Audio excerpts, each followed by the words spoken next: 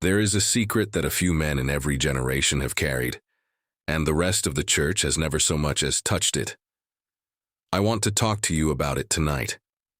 It is not a secret of method, not a technique, not a hidden verse or a forgotten formula. It is the secret of men who knew God, not knew about Him, not believed the right things concerning Him, but knew Him, walked with Him, were intimate with Him in a way that set them apart from every other soul around them. And here is the thing that should make us tremble tonight. This secret has been lost. It has been lost in a generation that has more Bibles, more books, more conferences, more music, and more noise about God than any generation in history, and less of God Himself than almost any generation before it. We have gained everything except the one thing that matters, and we have lost the lost secret of men who knew God. And the most frightening part is that a person can carry the name of Christ a whole lifetime, fill a pew every Sunday, and go down to the grave having never once known the God they sang about. Be honest with yourself for one moment.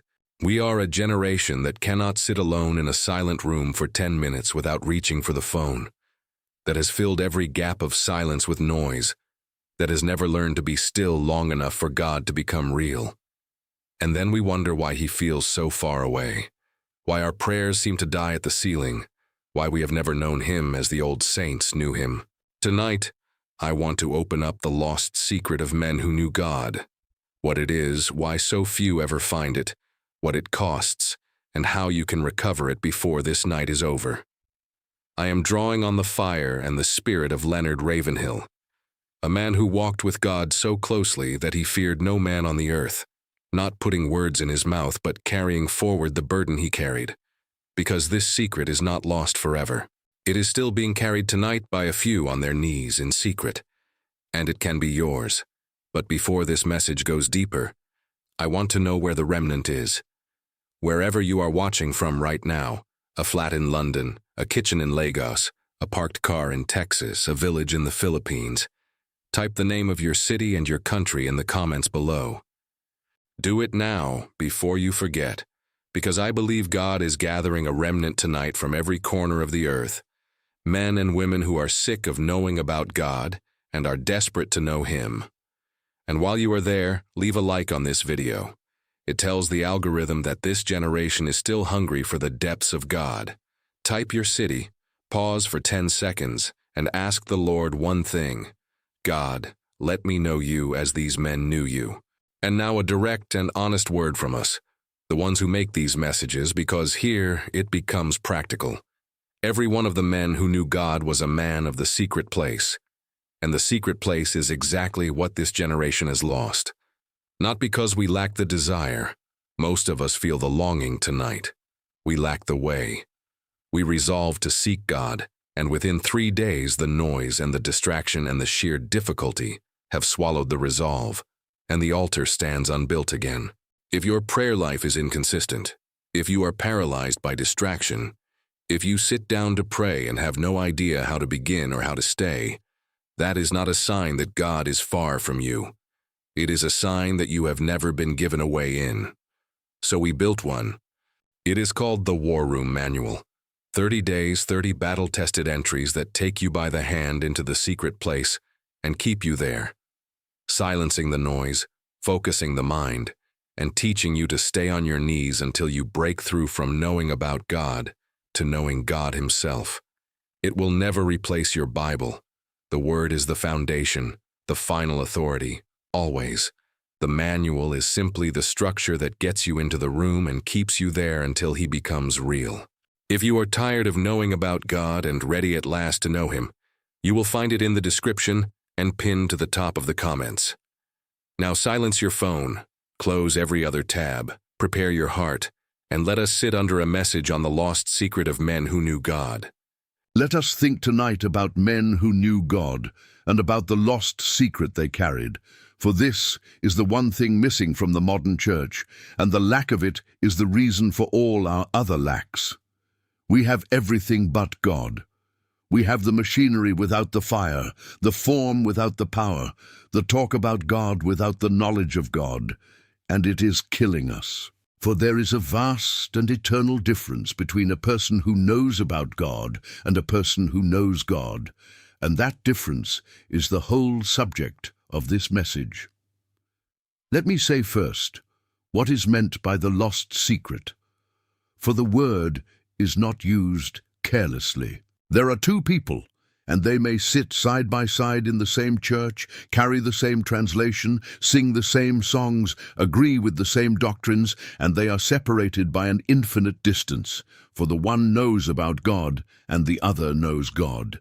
The first can tell you everything concerning God, his attributes, his ways, the great doctrines of grace, and has never once trembled in his presence, never wept over their own sin, never walked out of the secret place with a shining face.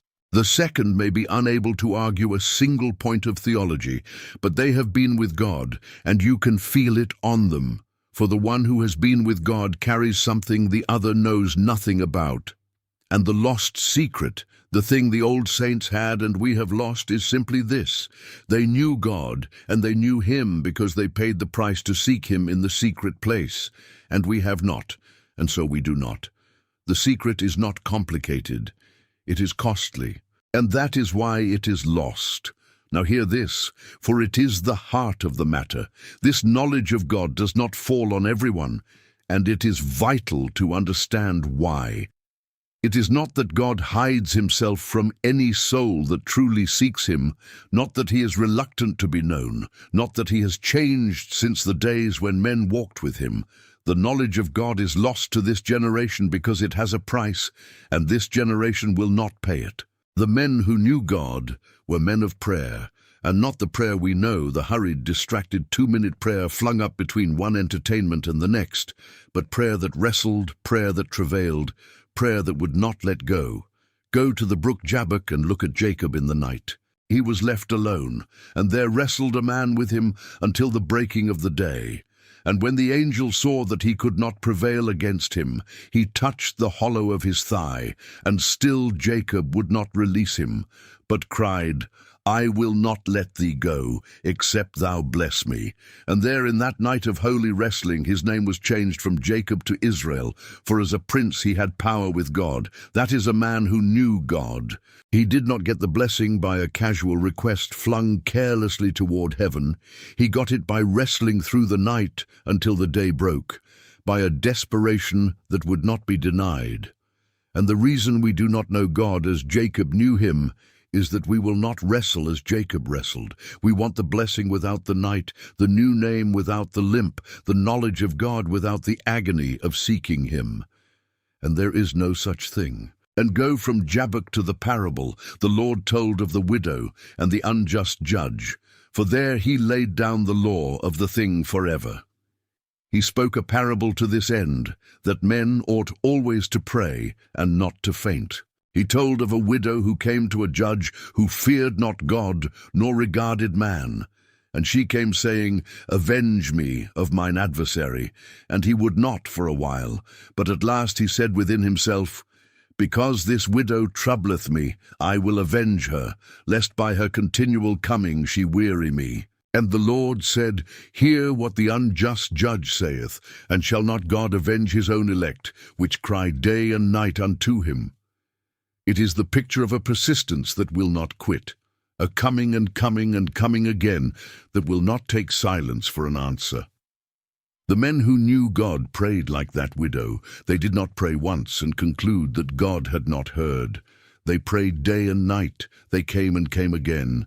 They wearied heaven with their holy importunity until the answer broke. And we, who give up if God does not answer by Friday, who pray a thing twice and call it settled, we wonder why we do not know the God of the widow who would not quit. And go from the widow to Daniel by the river, for there you see the price hidden behind the answer. Daniel set his heart to understand and to chasten himself before his God, and he prayed, and for 21 days there was nothing, no answer, no sign, no voice, only silence, and the wearing on of the fast. And on the 21st day the angel came and said, Fear not, Daniel, for from the first day that thou didst set thine heart to understand, thy words were heard, and I am come for thy words. from the first day? The answer had left heaven on the first day and did not arrive until the 21st.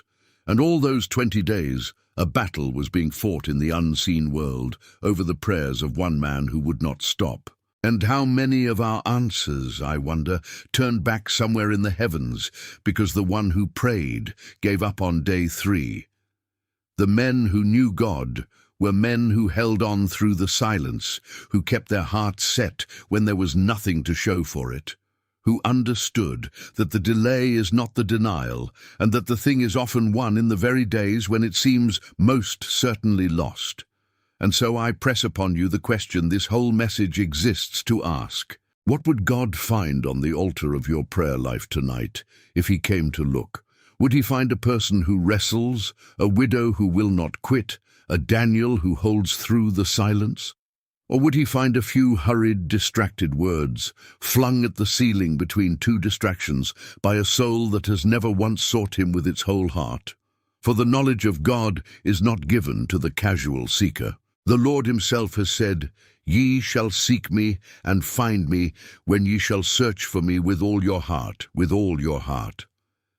There is the difficulty, and there is the reason the secret is lost. For we seek him with a fragment of a divided heart, in the cracks of a cluttered life, and then we marvel that we have not found him. He is not hiding. He is waiting to be sought as he deserves to be sought, with the whole heart, and the soul that seeks him so has never yet been turned away. Let me tell you what this knowledge of God will cost, for there is a price, and the preachers of this soft age will not name it. It will cost you your reputation. There has never been a man who walked closely with God and kept his good name among men who walk far from him. For the friend of God is a rebuke to the comfortable, and they will not love you for it. The hour you begin to seek God in earnest is the hour you become strange to your friends, to your family, sometimes to your own church, and you must come to a place where you can say, "Let my name be nothing among men, if only I may know him." It will cost you your comfort, for the knowledge of God is mined in the hard hours, before the dawn, on the knees, when the bed is warm, and the body begs for sleep, and the soul rises anyway to seek his face. And it will cost you your very self, the proud, busy, self-important self that fills its hours with everything except God and calls itself a Christian. This is the hardest cost, for the self will not seek God. It would rather do anything, attend anything, serve at anything, than be still and alone and known by him. And here is where almost all turn back, for they will give God their service, their money, their Sundays, their busyness, anything at all except the one thing he asks, which is themselves alone in the secret place, with nothing to hide behind. See why these costs are not arbitrary. Why God has so ordered it that to know him should cost a person everything. The knowledge of God is the holiest thing a soul can possess, and it cannot be poured into an unclean, unsurrendered, divided heart, for it would be trampled and turned to pride. The cost is the cleansing. The death of reputation frees you from the fear of man that would have silenced your prayers. The death of comfort empties you of the ease that would have kept you from the secret place. The death of self removes the great rival that has stood between you and God your whole life. The cost does not purchase the knowledge of God, for that is grace and cannot be bought. The cost prepares the heart that grace can fill. And this is why there is no shortcut to knowing God, no method that skips the secret place, no way to the depths that does not go down through death, because the price is not a wall keeping you from God, but the very doorway into him. I must confront the cheap religion of our day directly, for it is the great thief of the knowledge of God.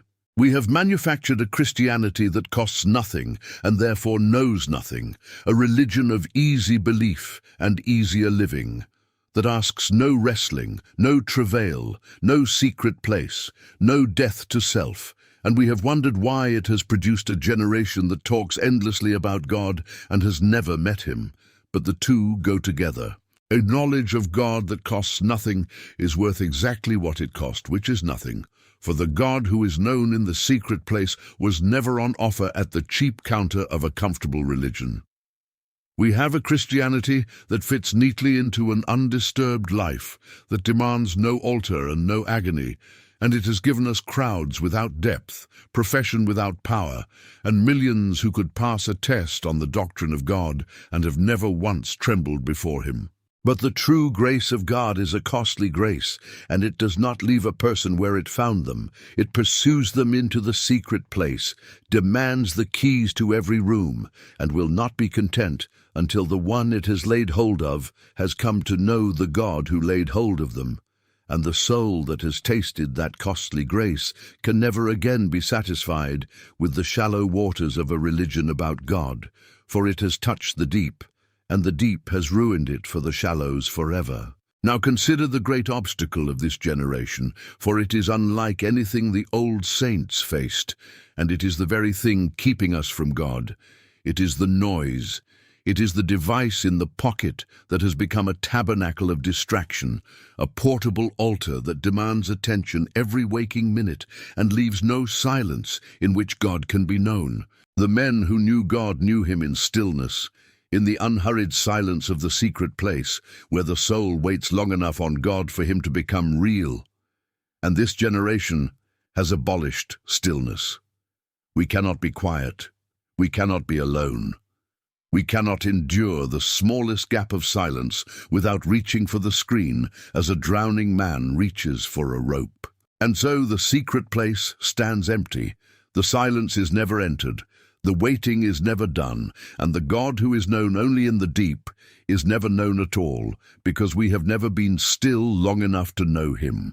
The device is not evil in itself, but it has become for this generation the great thief of the knowledge of God, the noise that drowns the still small voice.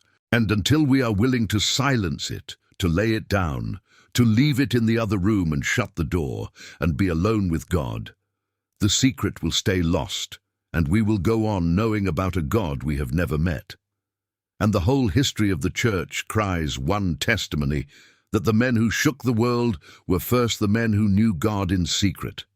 Look at any of them, and you will find the secret place behind the public power. E.M. Bounds, who wrote that the men who have done the most for God have been early on their knees, gave the first hours of his day for years upon years to prayer alone with God. George Mueller fed thousands of orphans on prayer and faith, and knew God so well that he asked no man for a penny, but moved the hand of God by his knees. Hudson Taylor opened inland China to the gospel because he had first opened his own heart to God in hours of secret communion. David Brainerd poured out his short life in the forests of America, groaning before God until the very ground seemed soaked with his prayers.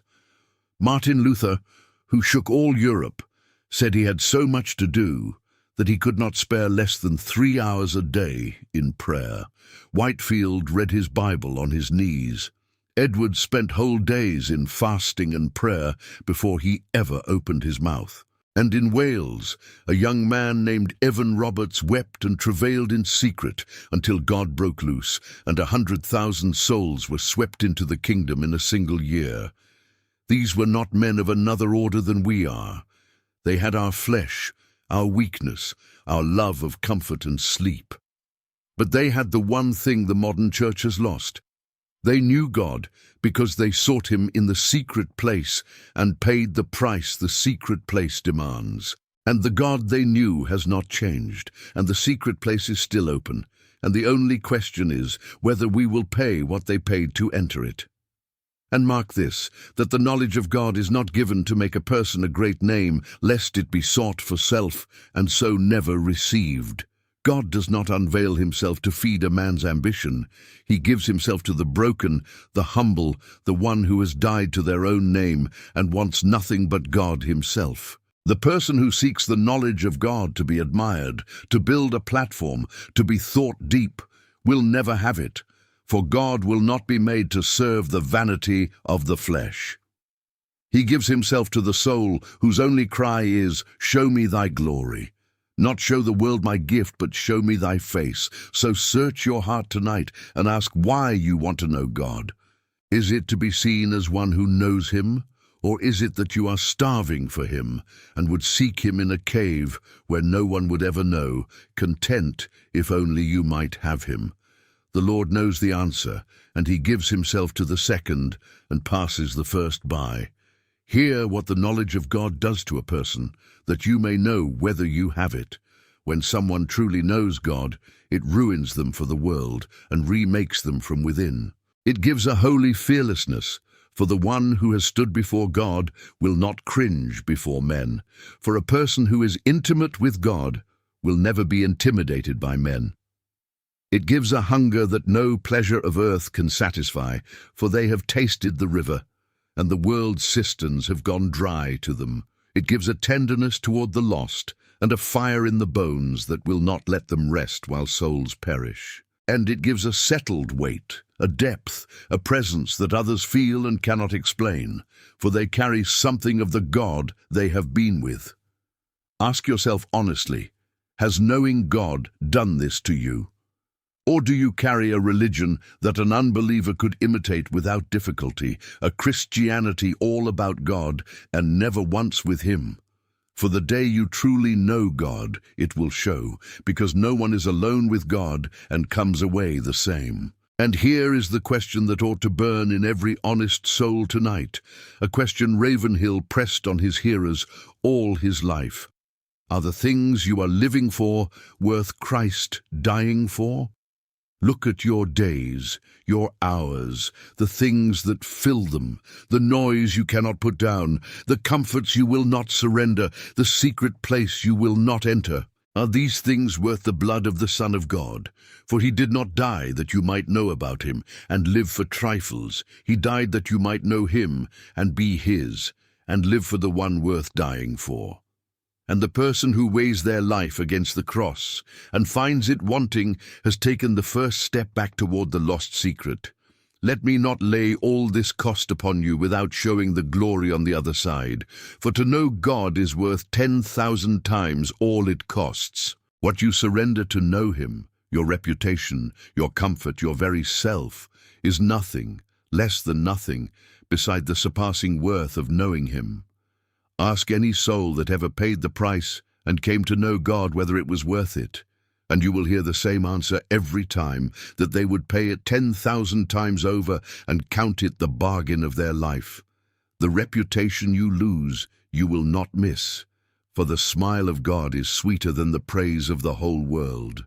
The comfort you surrender, you will not mourn, for 1 hour of his presence outweighs a lifetime of ease, and the self you put to death was the very thing keeping you from him. There has never been a soul that came to know God and counted the cost too high. Better to know him and to have lost everything than to keep everything and never know him. And do not look at this cost and despair as though it were too great for a soul as weak as yours, for the seeking and the strength to seek are both the gift of God. The death of self that this knowledge requires is not a work of your own willpower, for the flesh will never crucify itself, but the Spirit will put to death the deeds of the body in the one who yields to him. The very hunger you feel tonight for the living God is his hand already upon you, drawing you. For no one seeks God whom God has not first stirred to seek him. So you do not stand alone before an impossible price. You stand before a God who calls you to know him and supplies the very strength the calling requires. Bring him your weakness, your divided heart, your love of comfort, your addiction to the noise, and ask him to do in you what you cannot do in yourself. The whole of it, from the first faint longing to the full knowledge of his face, is grace, and the God who sets the price stands ready to enable the paying.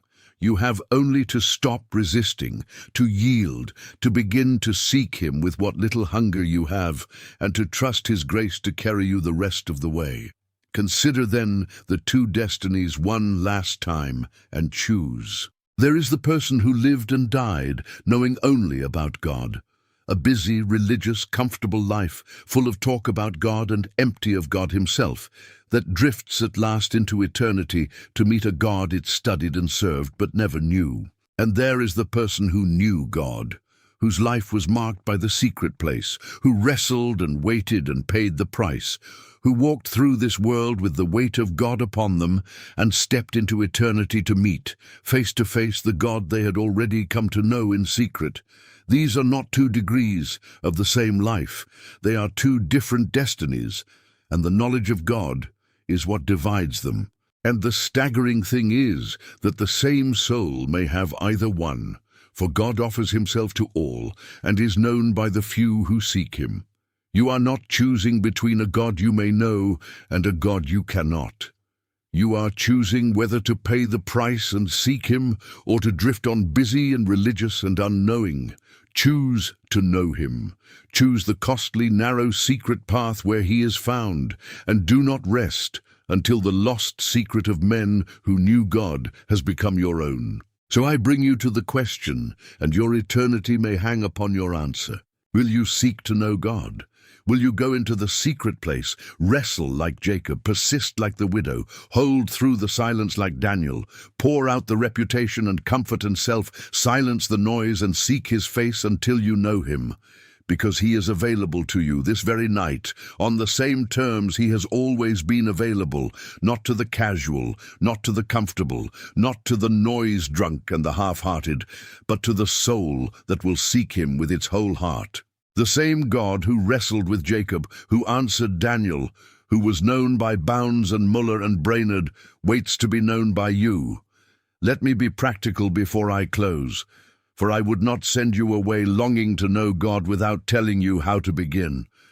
Tonight, before you sleep, get alone with God, even if only for 15 minutes. Get to a quiet place, on your knees if your body allows, with your Bible open, and speak to him plainly. Tell him you have known about him and never known him, and that you are sick of it, and that you will not be content any longer with a religion that has never met its God. And then be still and wait, for he draws near to the soul that waits on him in earnest. He will put his finger on something, an idol, a comfort, the noise, a reserved corner of your heart. Do not argue.